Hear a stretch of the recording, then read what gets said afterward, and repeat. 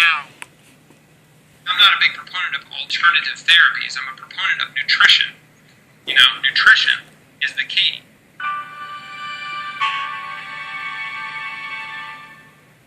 If you would have known what you know now, getting your diagnosis, do you think you would have went and went ahead with the surgery? Knowing what I know now, I wouldn't. I probably would not have surgery, but the average person doesn't know what I know. They haven't been studying cancer and nutrition for 10 years. But the gist of it is that the body can heal, and if you radically change your diet and lifestyle and just give yourself 30 to 90 days on this radical diet, fruits and vegetables and fresh juices, and monitor your progress, to me that is the single best first line approach. Because I've met so many people that did that, people that I've coached, people that I've met after the fact, that they changed their diet and changed their lifestyle, and within 30 to 90 days had incredible improvements in blood work.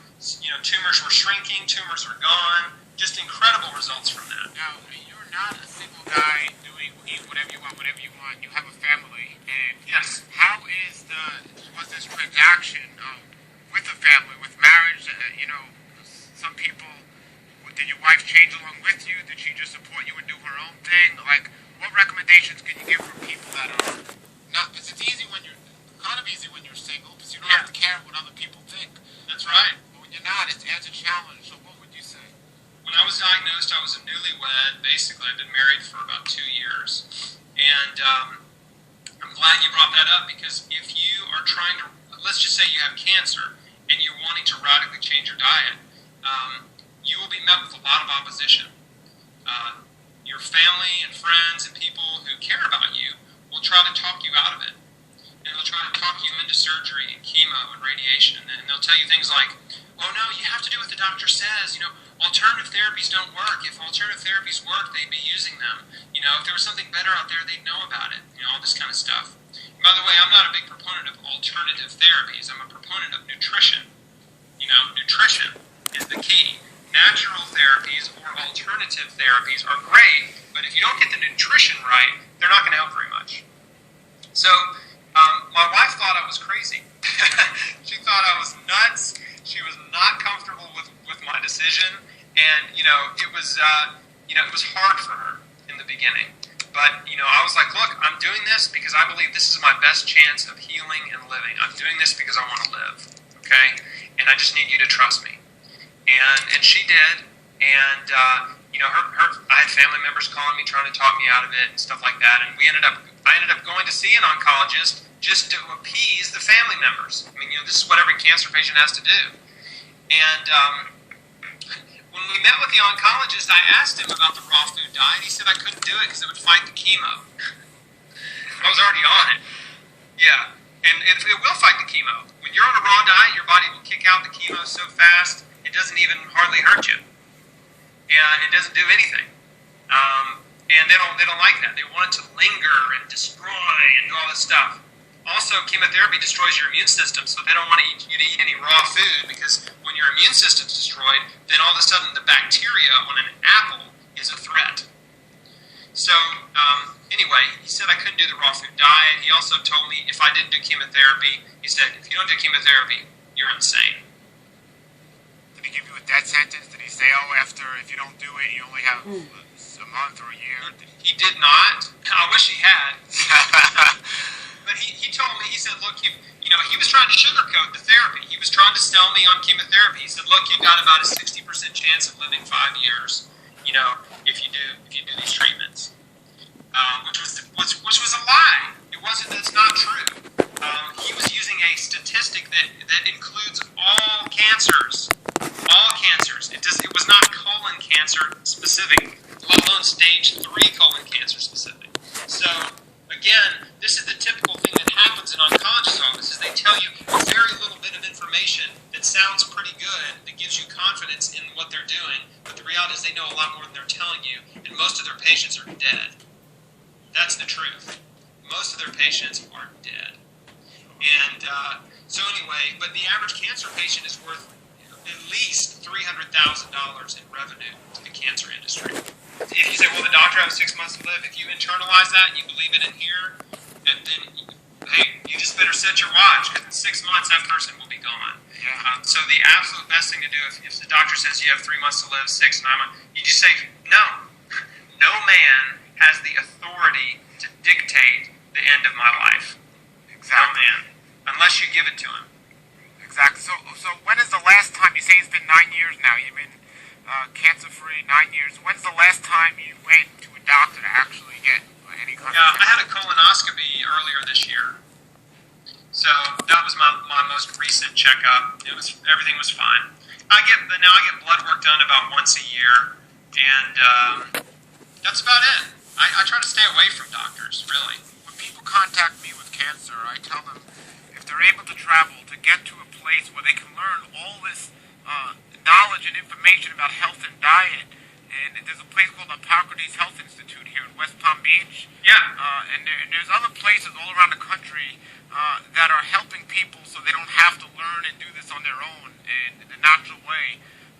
Have you met, I mean, of course, doing coaching sessions with you, you're very knowledgeable about this topic and you've personally experienced it, but is there a couple of places you can recommend? I'm going to give out your contact info here in a moment, but there's a couple of places you'll recommend. For me, I tell people Hippocrates Health Institute in West Palm Beach, Florida is Yes. a great one.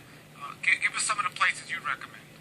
Dr. Nicholas Gonzalez in New York City, Hippocrates in Florida, an oasis of healing in Tom Arizona. Lodi. Yes, Tom Lodi. Yeah, Dr. Lodi. Dr. James Forsyth in Nevada. If you go down to Mexico, Northern Baja Gerson Center, that's my friend Dr. Patrick Vickers in Rosarito, which is near Tijuana. And Oasis of Hope is another one in Tijuana. I've been down to Tijuana and toured a bunch of the clinics down there. There's some great people, great clinics, very, very professional, and even hospitals that are using integrative cancer treatments down there. The reason that industry is thriving is because of word of mouth, mostly, because so many patients go down there with stage 4 sent home to die, and some of them are coming home cancer-free. I mean, it's amazing, but you can't cure everybody. Some people are past the point of no return. Some people don't have the will to live. For people that say, oh, I'll change, when I get sick or whatever, you can't help those people. You just can't help them. And I understand, by the way, completely, it's very difficult to motivate yourself to change your diet or change your life when you feel healthy, okay? But the truth is, if you're eating a bunch of junk food and processed food and animal products, you are basically creating a snowball that eventually, at some point in your life, will run over you, right? At some point in your life, there will be a tipping point in your health where things go downhill very rapidly, and it's the result of all these bad decisions you've been making. So what I try to encourage people to do is just eat more fruits and vegetables, right? It's like, that's as simple as you can get it. Eat more plant food and less animals. We know that the longest living people groups on Earth, the book The Blue Zones is all about this, studying people that have the longest lifespans and have the least amount of disease. And the people that have the longest lifespans and the least amount of disease are people that eat lots of fruits and vegetables, drink lots of herbal tea, have a slow-paced life, and they eat very little animals. Maybe 3 or 4 times a week. Some people groups don't even eat any animals. They're basically vegetarian or vegan. But I don't believe that's 100% necessary for every person to be vegetarian or vegan, and I'm neither. But eating, if you change your life to eat animals 3 or 4 times a week instead of 3 or 4 times a day, it would make a dramatic impact in your health. And you replace that with salads and smoothies and juice and, sweet potatoes and brown, black, and red rice and all these, delicious foods that come from the earth. They do amazing things in your body. I mean, I don't even have enough time to talk about all the vitamins, minerals, phytonutrients, enzymes, and how they all work synergistically to promote health in your body. It's an amazing thing. And our problem in Western nations is that we're overfed, but we're malnourished.